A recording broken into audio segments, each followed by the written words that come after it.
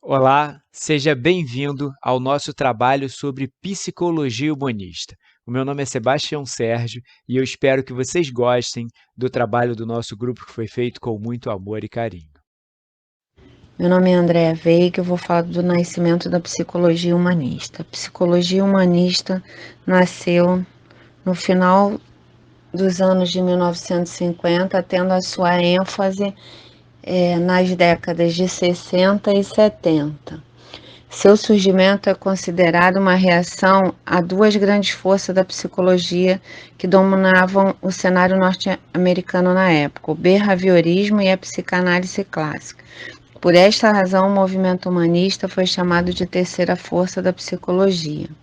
Abraham Maslow, psicólogo experimental e por muitos chamados pai da psicologia humanista, tinha ideias pouco alinhadas ao behaviorismo e por isso não encontrava espaço para desenvolver seus pensamentos. Com a forte influência behaviorista sobre o meio acadêmico da década, a psicanálise era o que fazia o papel de tensionar e confrontar a teoria vigente. A partir dessa dificuldade encontrada por Maslow, ele passou a se reunir com outros grupos de psicólogos cujas ideias não se alinhavam às chamadas duas grandes forças da época, e com isso criou um grupo batizado por ele de Rede Eupsiquiana.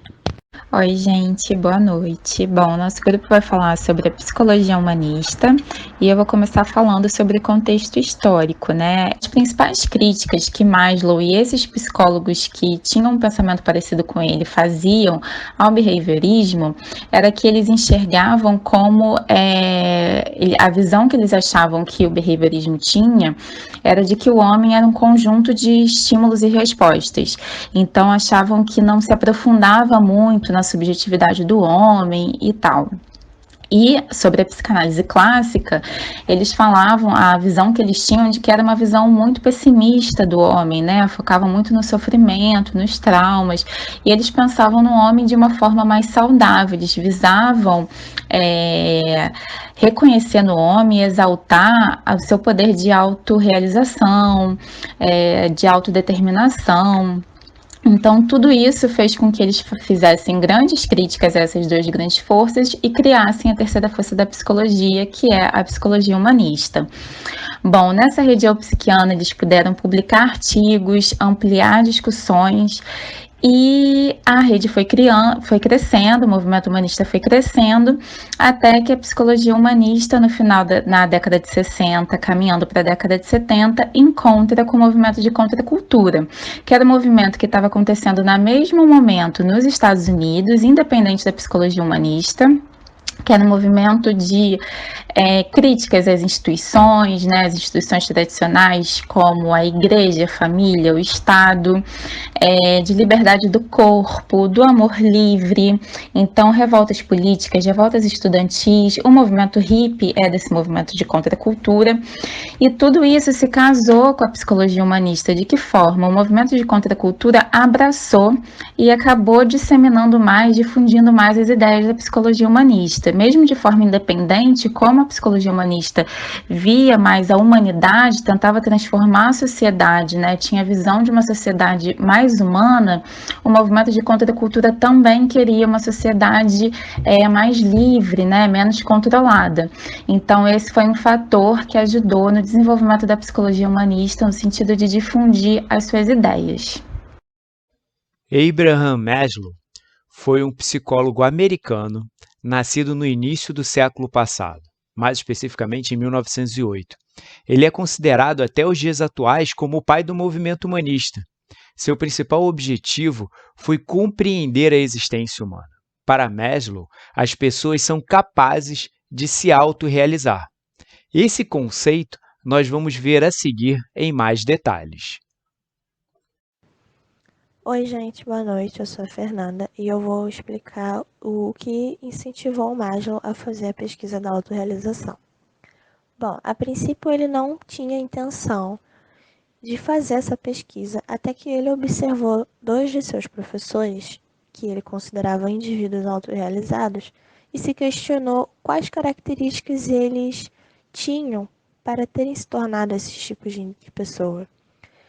E, de maneira não científica, ele fez anotações sobre essas características e percebeu que havia um padrão, não só para eles dois, mas para outros grupos sociais também. Dessa forma, ele começou uma pesquisa de maneira científica, entrevistando outras pessoas, figuras públicas, amigos, até os parentes dessas pessoas. E, de fato, ele percebeu que havia um padrão de características que tornavam uma pessoa autorrealizada. E dentro dessas características estavam eles serem centrados nos seus problemas em vez deles mesmos, ter profundos sentimentos de empatia pelas pessoas e valorizar a solidão e a privacidade. Maslow é o criador da teoria holístico-dinâmica. Para ele, o ser humano motiva-se por completo, em resposta a alguma necessidade. E todo mundo tem potencial para se desenvolver. A motivação é um fenômeno multifacetado, complexo e contínuo. Ou seja, buscamos a satisfação de necessidades constantemente, mas a explicação que gera essa motivação, ela pode ser muito complexa, sendo resultado de diferentes fatores desde a ordem fisiológica até de outras ordens, como a gente vai ver daqui a pouco. A autorrealização é o nível mais alto da essência humana, ou seja, ele está lá em cima na escala de motivação. Ele é o criador dessa escala hierárquica de necessidades humanas que necessitam ser satisfeitas. E toda vez que uma necessidade ela é satisfeita, outra necessidade rapidamente é colocada em pronto para ser atingida de alguma forma. Essa escala hierárquica é conhecida como a pirâmide de Maslow, que vocês vão ver em mais detalhes agora. Oi pessoal, boa noite, aqui é a Lorena. Eu venho falar um pouquinho sobre a teoria de motivação humana da pirâmide de Maslow. A pirâmide de Maslow, ela divide as necessidades de uma pessoa em 5 níveis de importância.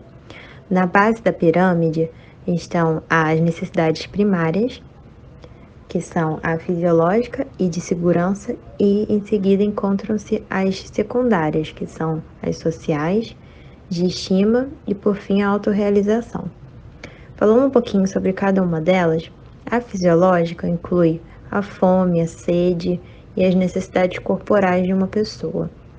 As de segurança inclui a proteção que a pessoa tem contra os danos físicos e emocionais. Depois, nós vemos as necessidades sociais, que são a afeição, a aceitação, a necessidade de você ser bem aceito pelos outros, a amizade. Depois, nós vemos a estima, que é o respeito próprio, a realização, a autoestima. E, por fim, a autorrealização, que é o crescimento, o autodesenvolvimento e é o alcance do potencial próprio. Esse topo da pirâmide é a necessidade mais elevada e ela leva os indivíduos a desenvolverem o próprio potencial, que é essa expressão, esse impulso de você tornar-se mais do que você é e ser tudo o que você pode ser. Carl Rogers, também psicólogo norte-americano, nasce em 1902, mas tem uma importante participação também como psicopedagogo. A psicologia humanista, direcionada para facilitar a ajuda, considerando as potencialidades do cliente. Esse era um conceito muito importante de Rogers, conceito esse que mostrava o quão importante era a relação entre o psicólogo e o paciente. O processo terapêutico, ele precisa dessa relação, e isso fica muito claro na sua publicação de 1951, chamada Terapia Centrada no Cliente, que em 54 recebe mais conceitos e é mais aprofundada com psicoterapia e alteração de personalidade. E foi indicado ao Prêmio Nobel da Paz em 1987, mesmo ano em que ele falece na Califórnia. Boa noite, meu nome é Juliana e vou falar mais um pouquinho sobre Rogers. Ele desenvolveu uma técnica humanista amplamente utilizada que denominou de terapia centrada na pessoa. Essa técnica enfoca as autopercepções conscientes da pessoa. Nesse tipo de terapia não diretiva, o terapeuta ouve sem julgar ou interpretar e procura não direcionar o cliente para certas introspecções. Rogers acreditava que as pessoas são basicamente boas e dotadas de tendência para a autorrealização. Ele acreditava que um clima favorável ao crescimento pessoal exigia 3 condições: a autenticidade, aceitação e empatia.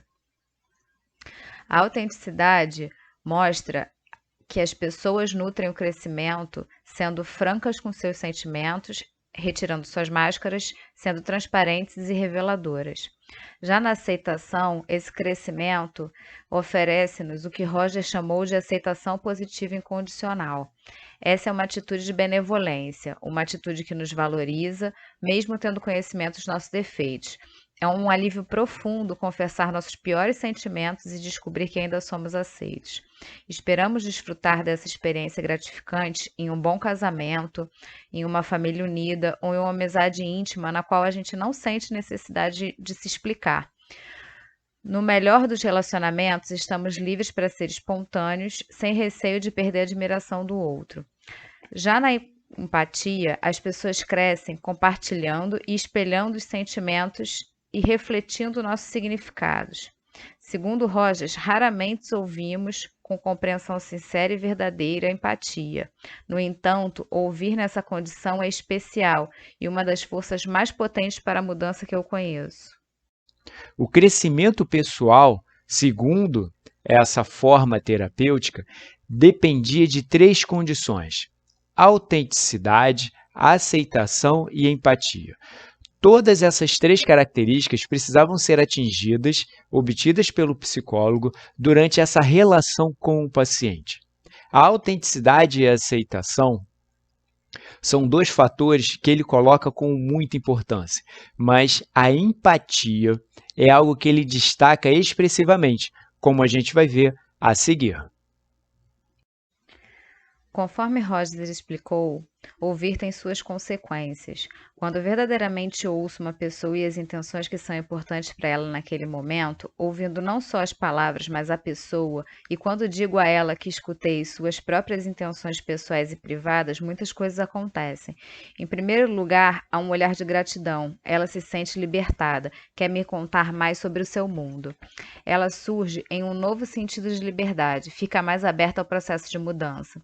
Muitas vezes observei que quanto mais eu ouço as intenções de uma pessoa, mais isso acontece. Quase sempre, quando uma pessoa percebe que está sendo atentamente ouvida, seus olhos ficam cheios d'água. Em algum sentido, acho que ela está chorando de alegria. É como se ela estivesse dizendo: graças a Deus alguém está me ouvindo, alguém sabe o que isso significa para mim. Essas foram as principais referências utilizadas na nossa apresentação. Apresentação essa que poderia ser muito mais aprofundada, mas que acaba ficando limitada pelo tempo disponível.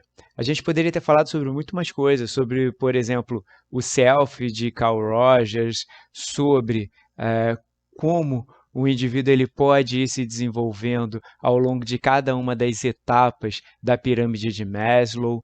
Então, eu agradeço a todos, o espaço agora está aberto para perguntas e eu espero realmente que vocês tenham gostado dessa nossa produção.